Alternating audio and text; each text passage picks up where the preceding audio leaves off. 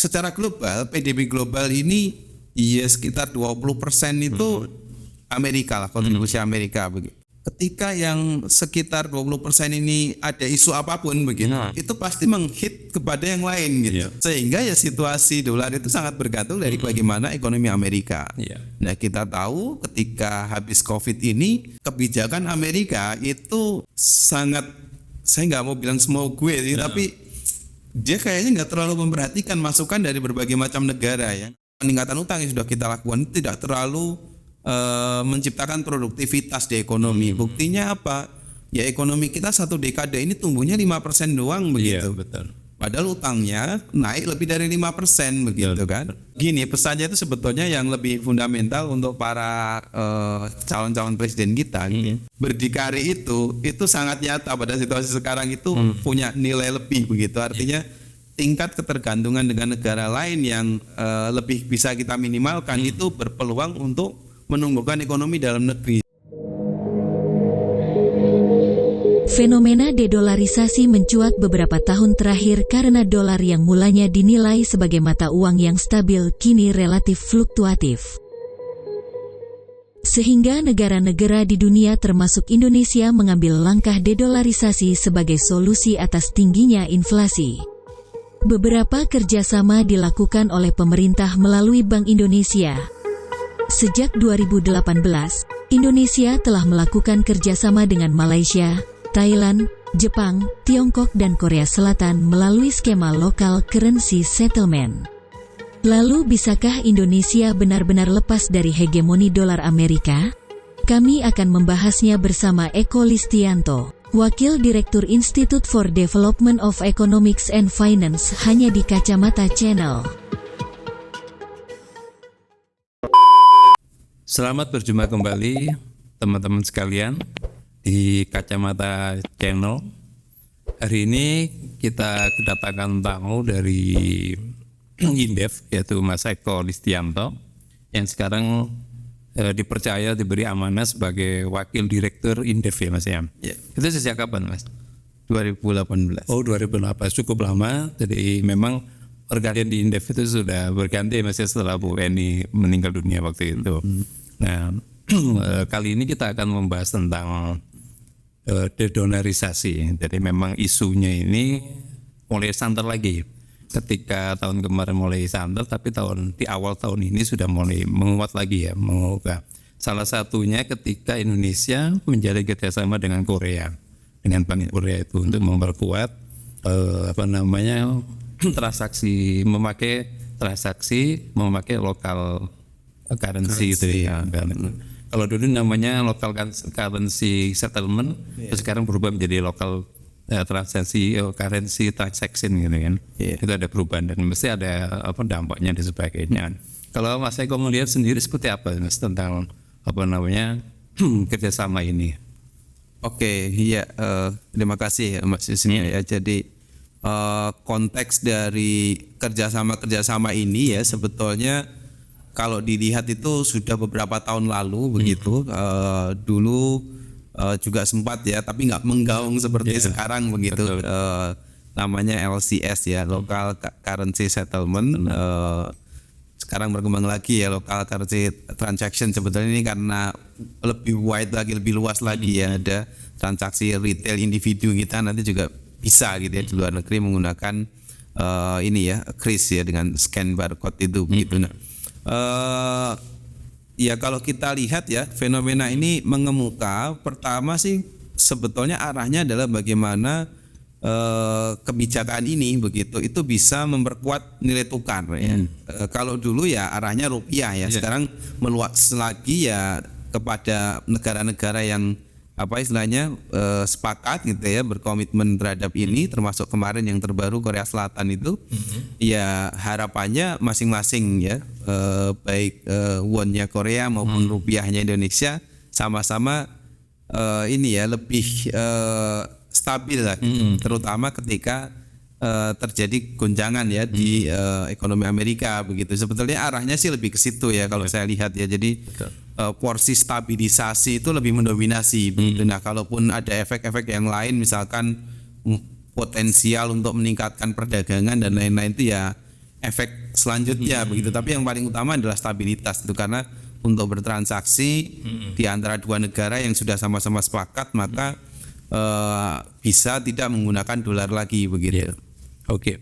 Berarti apakah ini akan memberikan secara dalam negeri ya?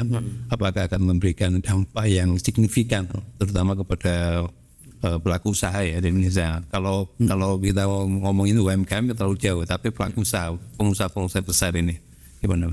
Iya, kalau apakah signifikan atau tidak, sebetulnya kalau secara teori ini cukup positif dalam konteks mengurangi tekanan dari dolar begitu ya terhadap nilai tukar, terutama ya rupiah lah katakanlah begitu. Tapi kalau kita bicaranya seberapa jauh impactnya ini begitu, nah ini sebetulnya memang ujung tombaknya itu apakah nanti para pelaku ya pengusaha lah ya dunia usaha ini menyambut antusias nggak ini dengan kebijakan ini begitu. Karena kan ini ada pemerintah yang menginisiasi gitu, terutama ya Bank Indonesia lah katakanlah begitu ya, dengan berbagai bank sentral.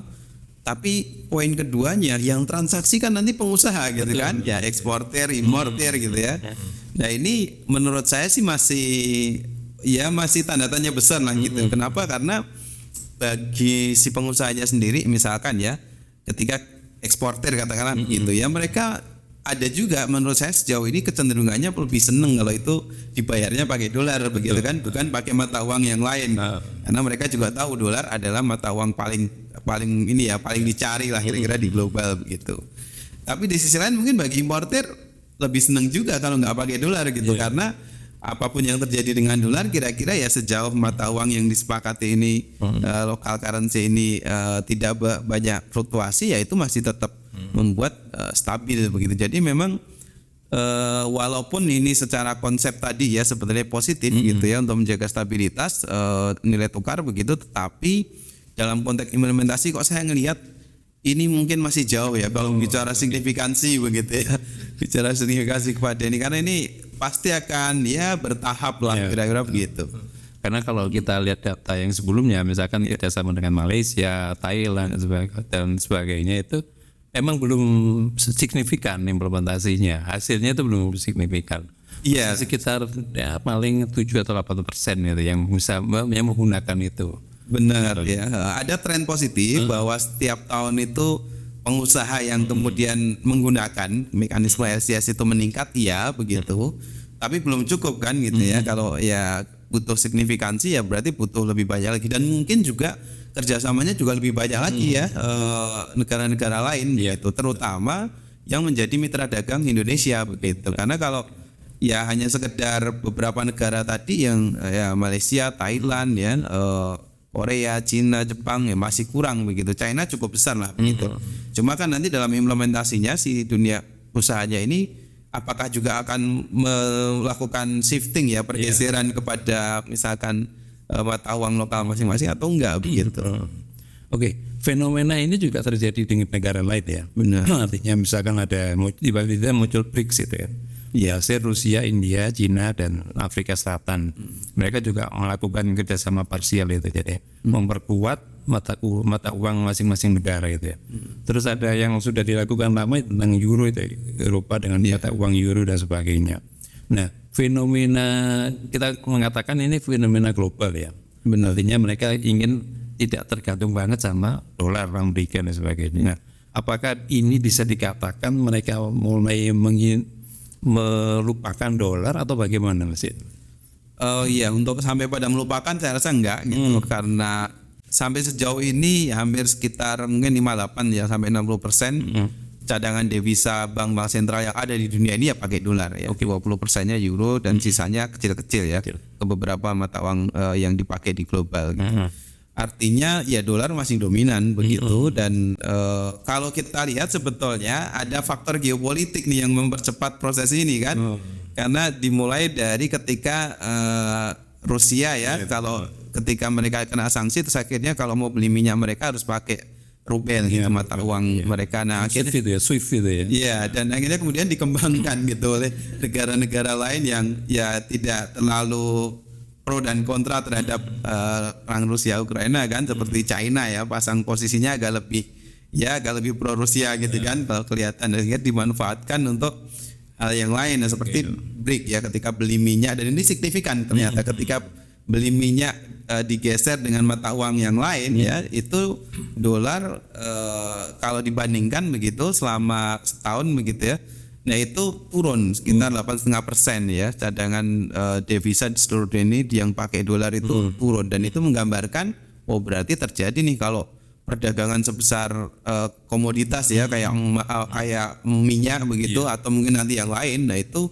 baru akan kelihatan signifikan gitu. Tapi ya pergeseran ini saya rasa kok tidak akan sangat cepat begitu, karena bagaimanapun kan mata uang yang mau menggantikan ini juga belum siap. Katakanlah yang banyak disebut-sebut di media itu kadang-kadang kan yuan misalkan gitu ya, mata uangnya China, tapi di level global sendiri kan ya 3% aja belum ada ya total dari cadangan devisa yang berdenominasi mata uang China begitu kan. Itu menggambarkan ya sebetulnya arahnya masih jauh, tapi memang ada situasi di mana sebenarnya problemnya begini. Secara global PDB global ini ya sekitar 20% itu Amerika lah, kontribusi Amerika begitu. Indonesia itu hanya 3% ya terhadap PDB globalnya, walaupun kita masuk G20. Iya. Nah, ketika yang sekitar 20% ini ada isu apapun begitu, itu pasti menghit kepada yang lain gitu. Karena saking gedenya size ekonomi Amerika. Kemarin ada bank regional ya, itu bank regional itu tidak masuk dalam 15 bank terbesar di Amerika gitu ya. Dia peringkat 16 namanya SVB, itu mampu menggoncang sektor keuangannya gitu. Bahkan mungkin orang-orang Indonesia nggak ada yang naruh uang di sana juga gitu kan. Tapi dampaknya itu sektor keuangannya sempat juga gitu ya merembet kemana-mana begitu, ke Eropa terutama yang kena dampak besar kemarin itu. Itu situasi di mana ketika ya semua bertumpu pada dolar tadi kan sebetulnya, sehingga apapun isu di Amerika karena dolar ini tidak ada jaminan emasnya. Jadi jaminan dari kekuatan dolar itu ya adalah kekuatan ekonomi Amerika itu sendiri. Yang di belakangnya ya saya ekonom ya, bukan pengamat politik, tapi belakangnya adalah ya militer kan sebetulnya itu, makanya anggaran militer Amerika itu gede sekali karena berkaitan dengan menjaga stabilitas ekonominya gitu. Nah, tapi balik lagi ke situ sehingga ya situasi dolar itu sangat bergantung dari bagaimana ekonomi Amerika. Nah, kita tahu ketika habis Covid ini kebijakan Amerika itu sangat, saya nggak mau bilang semua gue tapi dia kayaknya nggak terlalu memperhatikan masukan dari berbagai macam negara ya. Nah, misalkan nih ya kalaupun mau naikin suku bunga acuan ya oleh bank sentralnya ya jangan tinggi-tinggi dong, jangan agresif dong, maunya gitu. Betul. Tapi siapa yang bisa menekan Amerika kan? Akhirnya yang dilakukan sebelum SVB collapse itu kan gencar dia lakukan ya berkali-kali, bahkan ini sudah kenaikan yang ke-10 yang kemarin ya yang terakhir itu, dan itu menggoncang negara lain. Akhirnya kan negara lain padahal mungkin relasi langsungnya itu tidak ada, tapi karena itu mempengaruhi suku bunga ya dan lain-lain sehingga secara ini ya akhirnya negara-negara lain terutama negara berkembang juga merasakan dampaknya gitu.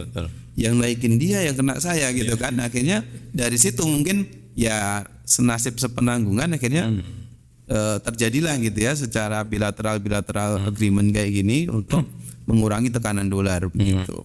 Tapi fenomena ini kan tentu sudah ditangkap oleh Amerika ya tentang kebijakan atau pemegang kekuasaan di sana. Artinya banyak negara mulai meninggalkan dolar nih meskipun pelan-pelan. Nah, kira-kira apa yang sudah dilakukan antisipasi Amerika untuk melihat fenomena ini, Mas? Ya, dari sisi negara berkembang ini sebuah situasi yang mungkin positif buat mereka ya, mencoba mengurangi tekanan dolar. Meninggalkan tidak mungkin, tapi setidaknya tergantung ya masih, tapi ya nggak sangat gitu ya, mudah-mudahan bisa turun porsinya begitu. Nah, Amerika gimana? Dugaan saya kok lama-kelamaan nggak tinggal diam ya, mungkin sekarang banyak problem nih ya, lagi menghadapi dalam negerinya juga sedang ini ya, antara Demokrat dengan Republik sedang gimana negosiasi nih ya soal bagaimana batasan utang dan isu-isu lain, ada perang Rusia Ukraina macam-macam yang itu membuat mungkin focusingnya tidak ke situ, tapi ya ini momentum gitu kalau bagi negara berkembang ya, justru karena dia lagi nggak fokus ngurusi ini ya pada saat ini mungkin perlu ya kita menjalin atau mengakselerasi LCS ini. Karena kalau misalkan itu tidak dilakukan oleh banyak negara ya tentu dia tidak akan tinggal diam. Ya misalkan ya udah dolar yang ada di negara tertentu dia freeze aja gitu kan. Kalau tapi itu mungkin tidak dilakukan ya. Harusnya kalaupun mereka merasa bahwa apa yang dilakukan oleh sebagian besar negara-negara saat ini itu mencoba meninggalkan dolar itu tentu akan berpengaruh kepada mereka ya, karena mereka yang mencetak begitu. Ya harusnya sih lebih soft power kalau menurut saya ya. Kalaupun misalkan yang saya ini mungkin belum banyak berita tentang bagaimana apa yang dilakukan Amerika, tapi memang sepertinya tidak akan tinggal diam Amerika dengan upaya ini, karena yang memulai ini juga BRIC ya, negara besar, terus kemudian diikuti ASEAN bahkan sekarang lagi berembuk untuk mempercepat ini. Itu kan satu aliansi ekonomi kawasan yang tidak kecil gitu kan. Kalau satu persatu kemudian membahas bagaimana meninggalkan dolar, ya itu sudah pastilah saya rasa itu menjadi bahasan mereka, bahwa mereka belum speak up untuk apa yang mereka akan coba lakukan untuk meredam isu ini. Nah itu hal lain ya. Tapi saya rasa sih Amerika tidak akan tinggal diam juga. Ini kan persoalan besar juga buat mereka begitu. Nah momentum ini juga dimanfaatkan oleh Cina yang sangat agresif kan. Artinya ketika mereka mendekati negara teluk gitu kan, negara teluk yang sangat kaya itu, mereka akan mengubah kan, berencana mengubah dari petrodolar menjadi petrocuan, misalnya petroyuan gitu dan sebagainya. Itu gimana nih sikapnya? Tapi negara teluk kayaknya belum bersikap banyak. Mereka hanya ya udah kalau mau beli minyak pakai yuan is oke ya, tapi belum ada keputusan yang final itu. Iya, pada akhirnya ya mungkin ahli geopolitik lebih tahu ya, tapi secara ekonomi begini ya. Selama ini kan mereka juga terbantu ya oleh Amerika ya, tentu ya seperti Arab Saudi atau beberapa negara lain tidak mudah lah begitu ya untuk tiba-tiba shifting kepada mata uang yang lain, di mana ini juga porsi secara globalnya sebetulnya yuan juga belum besar begitu. Hal lain, tapi memang secara parsial ini gerakan ini banyak ya. Betul. Bahkan Prancis misalkan ya, Macron kemudian ketemu Xi Jinping dan pembelian gas itu kemudian tidak pakai dolar. Nah, semacam ini ya, kecil-kecil tapi banyak ya, lama-lama bisa juga gitu ya, signifikan. Tapi memang ini butuh proses gitu. Nah, fenomena lainnya dengan adanya kerjasama parsial antar negara ini, kami melihat kok yang melakukan itu adalah negara yang berkembang atau cenderung miskin, negara miskin yang terlilit utang yang dalam bentuk dolarnya banyak banget. Nah, salah satunya cara mereka mencoba untuk melakukan kerjasama itu, yaitu tadi untuk mengurangi tekanan dari dolar. Apakah seperti itu, Mas? Ya, kalau pandangan saya begini, kita harus bedakan antara negara yang quote and quote masih sehat gitu ya, terus kemudian melakukan upaya mengurangi tingkat ketergantungan dolar ya, dengan negara yang sudah sakit gitu ya. Dan kemudian kalau sudah sakit biasanya apapun ditelan gitu ya, kebijakan apapun. Jadi artinya kayak Argentina contohnya kan, dia juga coba melakukan upaya itu. Tapi kan kita tahu nih inflasi Argentina itu udah di atas 100% gitu. Iya, gila-gilaan itu. Jadi gila-gilaan kan gitu. Jadi kalau sudah gila-gilaan kayak gitu ya biasanya sih tidak pikir panjang gitu. Artinya konteksnya mungkin sama-sama meninggalkan dolar, tapi hal yang berbeda ya. Saya rasa untuk Indonesia ataupun ASEAN itu agak lebih ada stagingnya, itu akan lebih jelas begitu, bagaimana mengurangi ketergantungan di masing-masing negara begitu, dan juga soft begitu. Kalau ini beda cerita ya, di beberapa negara Amerika Latin, Venezuela, Argentina ya, itu kadang-kadang ya ada isu kripto ya mereka ke kripto, ada isu dedolarisasi mereka ke dedolarisasi. Itu saking besarnya ketergantungan utang mereka, dan ya mungkin karena ini isu yang mendorong juga adalah China ya, yang ya dia menaruh infrastrukturnya di mana-mana betul ya, pembangunan infrastrukturnya di luar China yang itu related ya dengan kondisi mereka begitu. Oke, kalau Indonesia sendiri seperti apa, Mas? Kan kita juga tidak menutup mata bahwa utang Indonesia juga sekarang udah hampir 7 triliun ya, sudah mencapai 7 triliun lebih dari 7 triliun. Nah, pasti komposisinya kan dolar juga mendominasi gitu kan. Nah, apakah langkah yang dilakukan Indonesia dengan bekerjasama parsial seperti itu juga, Pak, untuk menekan dolar atau bagaimana? Oke ya, jadi kalau utang kita itu, kalau ya kenapa sih bisa sampai dari sekitar 2.600 sampai kemudian periode Pak Jokowi ini loncat ke 7 triliun lebih ya, 7 triliun 800-an sekian lah kira-kira begitu. Nah,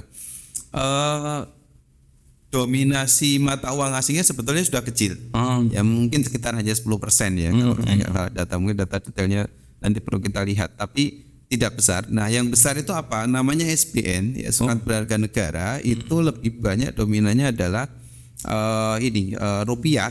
Ya.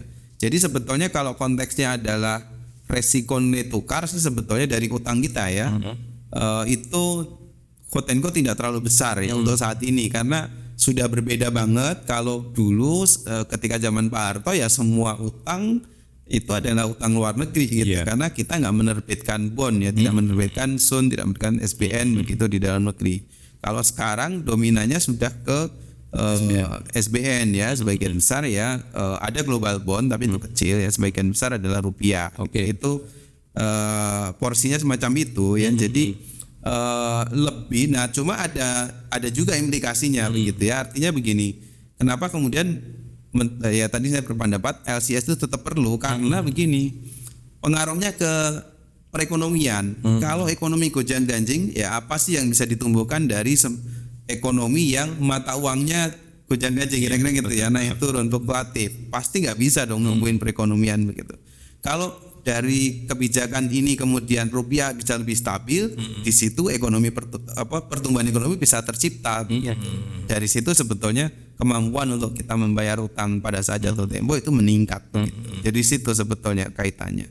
Jadi tidak langsung lagi ya, tidak langsung, tapi lebih kepada bagaimana memastikan ekonomi tumbuh, syarat ekonomi tumbuh, nilai tukar harus stabil begitu ya, dan inflasi terkendali begitu. Artinya kalau dominasi utang dalam negeri itu kan berarti lebih aman kan artinya. Aman dari sisi resiko nilai tukar iya. Tapi kalau bunganya berlipat-lipat ya nggak aman gitu ya. Karena kalau utang luar negeri kan mungkin bunga cuma 1%, 2% gitu ya.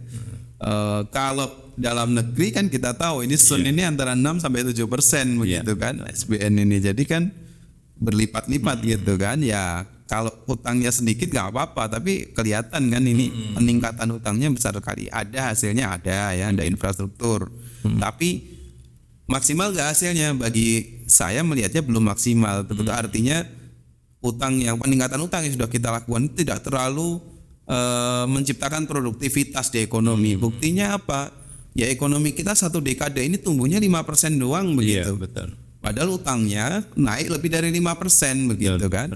Ibarat kita nih kan utang kita growth-nya lebih tinggi daripada pendapatan kita, ya lama-lama kan mungkin investor khawatir juga ya, ini terbayang gak sih gitu kan, kira-kira begitu. Walaupun ini banyak yang jangka panjang gitu Mas, ya agak beruntungnya bicaranya agak jangka menengah panjang kan jatuh temponya ya sekitar di 2030-an. Tapi ya bagaimanapun ini kan suatu saat harus dibayar begitu. Itu yang menurut saya ya konteksnya menurut saya harus dikendalikan lah begitu, upaya untuk menambah utang begitu. Makanya kami melihat kok kenapa tiba-tiba Indonesia sangat ngotot dengan adanya kerjasama parsial itu.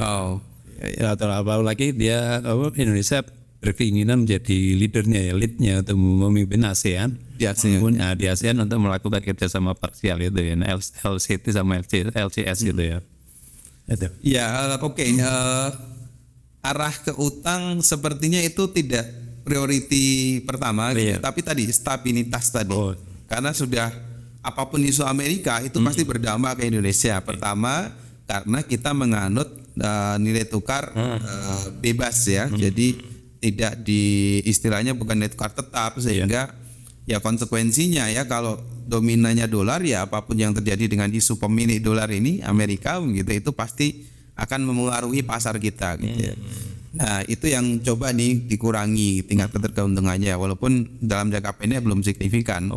Nah yang kedua ya kalau ini dalam konteks ASEAN bisa diterapkan lebih masif. ASEAN itu ekonomi size-nya gede gitu, sehingga itu bisa membantu gitu untuk kawasan ini bisa lebih cepat gitu ya, harapannya pertumbuhannya bisa lebih tinggi.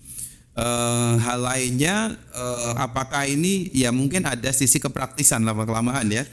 Bagaimanapun namanya dedolarisasi ini adalah sebetulnya turunan dari persoalan sebelumnya adalah deglobalisasi kan. Betul. Yang ketika ya kita tahu lah waktu Covid itu terjadi ya, pokoknya di mana negara saya selamat kira-kira gitu kan.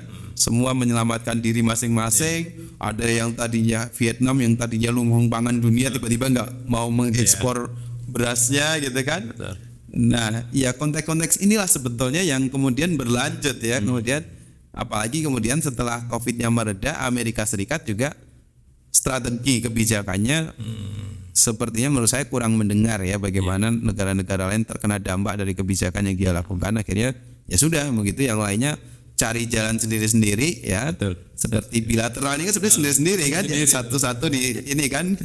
Ya harapannya di ASEAN bisa semua ya, tapi ya nanti kita coba lihat gitu. Karena kalau lihat dari nilai kursnya Indonesia kan agak rawan ya, agak riskan ya. Sekarang sudah mendekati 16.000 kan gitu kan.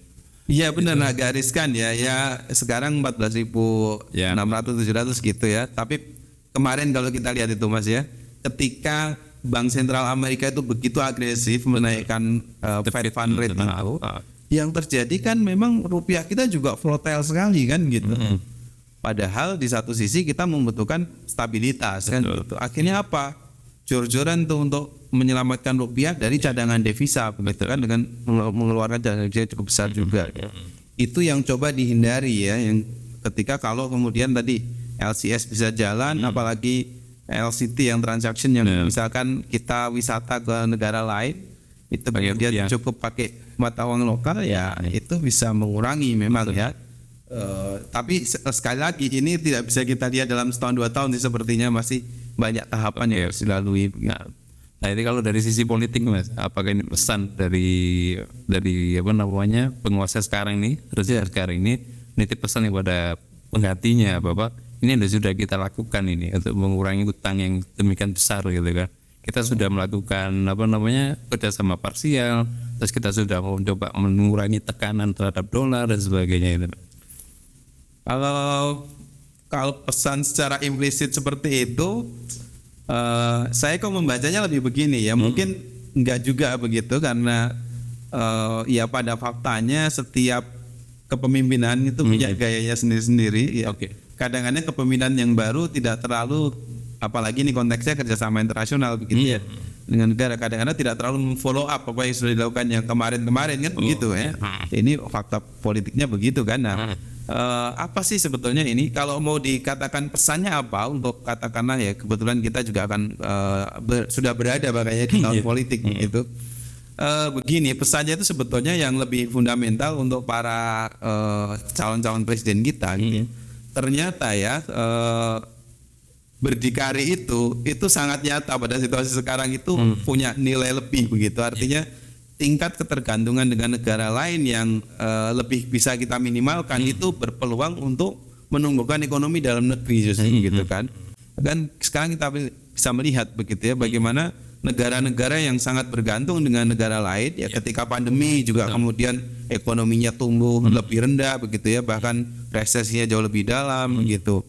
Nah, sehingga apa yang harus dilakukan ke depan sebetulnya ya bagaimana membangun fondasi ya, bagaimana ekonomi kita secara fundamental itu memang kuat begitu.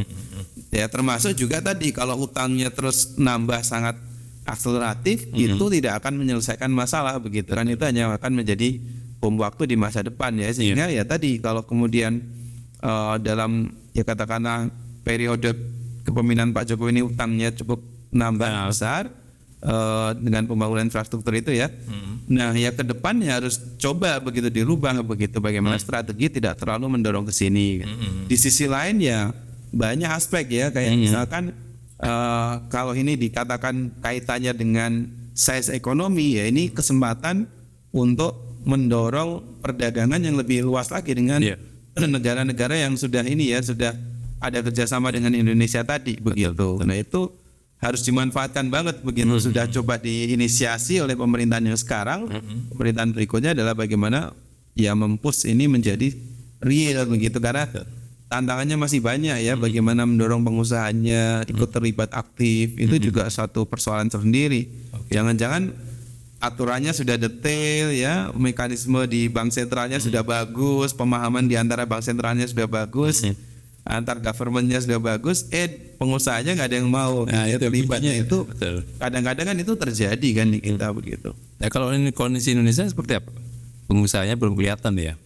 Belum begitu kelihatan ya rasa ya. Walaupun ya ini di forum ASEAN ini bagus, ada ratusan dari masing-masing negara itu diundang untuk ya harapannya kan istilahnya lebih inklusif ya, memutuskan untuk katakanlah dedolarisasi ini tidak hanya dari sisi politik begitu atau geopolitik, tapi juga dari sisi pengusahanya menyambut begitu. Nah nanti tataran biasanya pengusaha itu untuk bisa menyambut harus ada insentif gitu ya. Jadi tataran lebih detailnya ya harus ada gitu ya.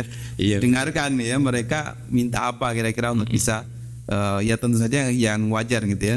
Hal-hal yang bisa dipenuhi insentif, apakah penurunan pajak atau model misalnya pajak ekspornya dikurangi atau pajak impornya bagaimana. Nah itu yang harus lebih dilakukan itu untuk memastikan ini terjadi kan begitu. Oke, Mas, ini ada yang kelewatan tadi itu mulai tentang pengganti dolar itu Amerika. Kalau kita kita bahas di satu-satu seperti apa, Mas? Misalkan posisi yuan seperti apa? Karena yang mengukuh itu kan ada 5 kalau nggak salah itu. Yuan, terus dari euro itu, terus BRICS akan mengeluarkan mata uang sendiri, terus ada rupiah, terus kalau ASEAN ini jadi solid jika akan mengeluarkan mata uang sendiri gitu. Nah, seperti apa ini, Mas?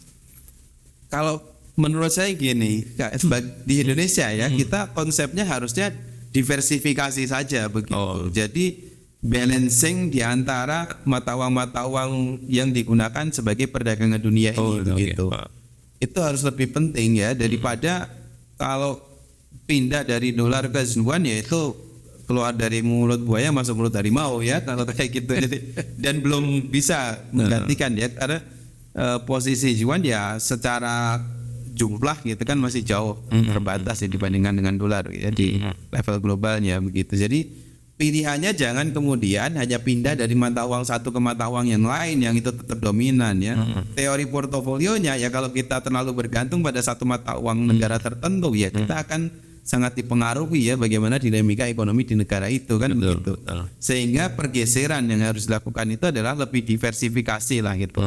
Jadi mungkin porsinya sekarang cadangan devisa masih sangat heavy dengan dolar. Nah itu mungkin bisa pelan-pelan bisa dikurangi. Nah tentu saja karena isu ini di awal-awal juga diinisiasi oleh pemerintah, menurut saya sih juga harus ada target ya. Berapa sih porsi cadangan devisa yang bisa dikurangi dari kebijakan-kebijakan ini? Kalau nggak ada kan nanti nggak jelas ini kan ujungnya kemana begitu.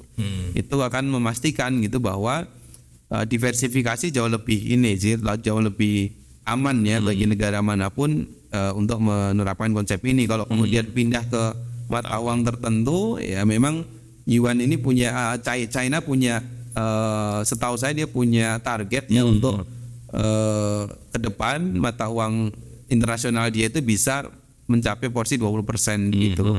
Tapi ini butuh waktu yang panjang sehingga menurut saya ya tidak shifting hanya ke 1-2 mata uang, lebih bagus ya kita diversifikasi saja begitu. Oke. Nah, kalau terkait tentang penguatan mata uang khususnya rupiah ini kalau salah satu langkah yang akan dilakukan pemerintah itu kan redominasi rupiah itu.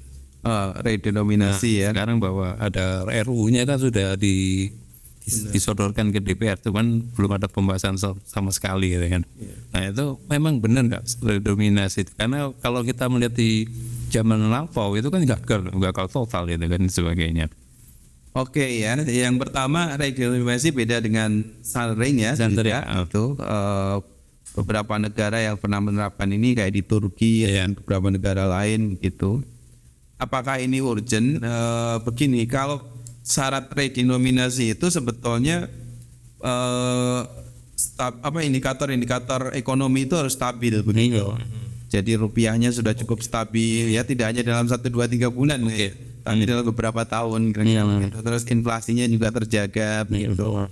Ketika indikator-indikator ini masih berada ya di atas dari yang ditargetkan, misalkan inflasi sekarang kan positioningnya masih di atas target dari Bank Indonesia begitu kan. Rupiah ya sebenarnya masih di atas asumsi makro kita walaupun tidak ada target spesifiknya dari Bank Sentral. Tapi ini kan menggambarkan ya sebetulnya masih masih belum mencapai ini harga stabilitasnya begitu. Nah itu ada resiko ya bahwa nanti menciptakan misalkan nih inflasi semu. Inflasi semu itu apa sih? Sebenarnya fenomenanya mirip pasca lebaran. Kalau ini ya teman-teman itu kalau pasca lebaran itu biasanya di level-level makanan gitu ya itu naik gitu. Walaupun Rp500 atau Rp1.000 itu biasanya yang jualan ya gorengan atau nasi goreng itu naikin tuh. Habis lebaran tuh harga berubah biasanya itu. Sebelum lebaran harga naik tapi setelah lebaran itu harga juga berubah kan gitu. Nah itu fenomena inflasi semu bisa kayak gitu karena kenaikan dari kan 1.000 jadi 1 kan gitu ya. Jadi seolah-olah kalau naik jadi 1,5 itu naik 500 rupiah. Nah fenomena itu akan terjadi kalau tidak hati-hati kita merancang denominasi. Memang kalau untuk di perkotaan ya sebetulnya ya di kafe-kafe atau apa itu sudah terbiasa ya kalau apa pesen misalkan harga kopi 50.000 ya 50 kan. Nah itu terbiasa bagi kita yang well educated ya, tapi harus dilihat juga sebagian masyarakat kita itu di pedesaan mereka mungkin tidak terlalu well educated. Jadi itu harus juga jadi ini ya concern pemerintah gitu. Karena ini tidak ya kebijakan itu memang ada sisi positif negatifnya. Nah kita ambil yang paling banyak positifnya dan pertimbangan yang kayak tadi ya negaranya kepulauan sangat luas ya di pulau-pulau terluar belum tentu itu rupiah yang terbaru ya mungkin ada rupiah 75.000 kan sekarang gitu ya atau itu udah tahu belum bentuknya kayak apa gitu kan atau rupiah yang baru kayak apa bahkan mungkin juga belum tahu kan nah, itu hal-hal kayak gini jadi pada akhirnya redenominasi itu sebenarnya mengefisienkan emang ya mengefisienkan dari sisi terutama di perbankannya ya ketelitian terus kemudian juga entry data dan lain-lain tapi poin yang lain dari sisi terutama sosialisasi ya itu sudah mampu belum kira-kira begitu kalau kira-kira belum mampu ya mungkin harus bertahap atau mungkin menurut saya piloting project gitu ya mungkin shiftingnya biar tidak terlalu pergeseran berubah dari 1.000 menjadi 1 itu tidak terlalu ini ya membuat shock di masyarakat betul nih. Oke Mas, terima kasih atas perbincangan ini. Jadi kuncinya itu dolar tidak mungkin dihilangkan ya, tidak mungkin dihilangkan ya, dapat ditinggalkan. Jangka pendek tidak mungkin ya, ditinggalkan secara tiba-tiba begitu enggak itu karena penggantinya juga saya rasa tidak terlalu siap juga menurut. Tapi fenomena ini ya saya rasa memang sedang terjadi di ekonomi global. Secara umum sih saya melihatnya ini lebih positif ya untuk mengurangi tekanan ketergantungan Indonesia terhadap dolar sangat tinggi begitu. Ya jadi yang megang dolar ya sebenarnya jangan terlalu khawatir juga sih sebetulnya. Tapi memang kalau ini terus berlangsung ya ke depan trennya sebetulnya ini bisa menguatkan rupiah kita. Oke. Terima kasih Mas atas perbincangan ini. Demikian sahabat channel atas perbincangan dengan Mas Eko yang dari Indef, Wakil Direktur Indef. Selamat jumpa lagi.